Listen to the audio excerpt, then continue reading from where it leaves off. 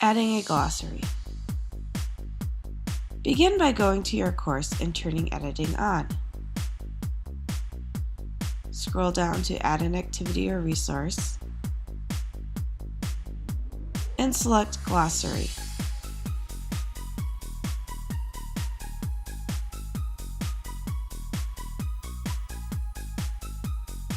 Create a name for your glossary.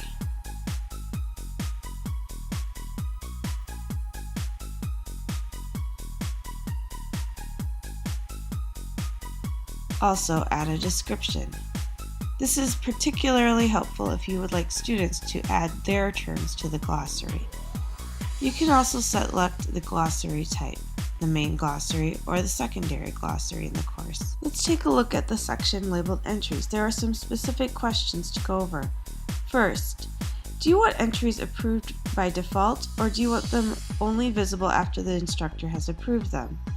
Also, would you like students to be allowed to edit their entries up to 30 minutes after posting?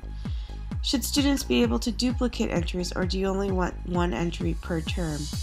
And also, do you want students to be able to comment on other entries? Finally, you can choose whether you want glossary terms to automatically link to their definition as they appear throughout the course.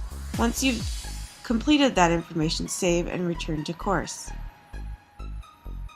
You can then edit those settings by going back to Edit and selecting Update. Notice you can also move the glossary on the page. Now that we've got the glossary set up, let's take a look at what's inside of it. At this point, there are no terms entered, so let's add a new entry. Begin by typing in the term or the concept that you'd like to add, and then type in your definition. Be sure to add any keywords you'd like to auto-link to the definition. Finally, you can add images or files to support the term that you're talking about. In this case, I'm adding a picture of a basketball hoop. Simply locate it on your computer and drag it to the attachments box. You should also select Automatically Link. This allows for words on the course to link to the definition. I'll show you what this looks like later in this video. Save your changes. You can now see that the term basketball hoop appears. By clicking on the attachment, it will download, and participants can see the file that has been added. Remember, depending on the type of computer and platform you're using, this process may look slightly different. Let's add another entry.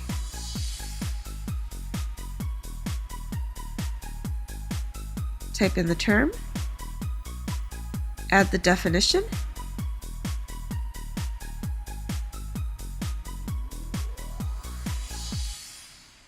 and automatically link the term in the course. Save your changes.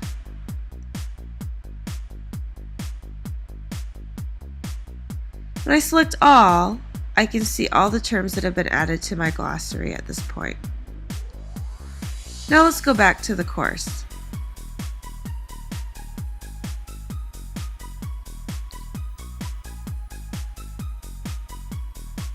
When I click on the second tab, notice that the word hoop is now highlighted. When I click on it, the basketball hoop definition and file appears. This is a function of auto-linking in the course. Once you've added your entries, you can browse by several ways. One, you could select all and view all entries in the glossary. You could also look at them alphabetically.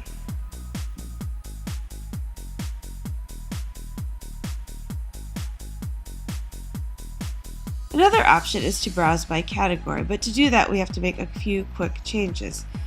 At this point, the glossary does not contain any categories, so let's add a category. Type the name of the category. In this case, we'll call it Equipment, and save your changes.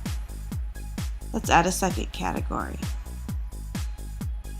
Vowels. You can see now that there are no entries in each category. But let's go back to that glossary.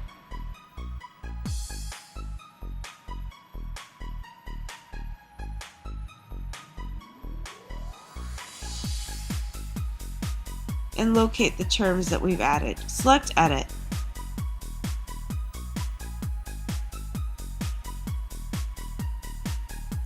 A new box appears. Equipment and files are inside of it. Select the appropriate category and save changes. Let's do the same for charging.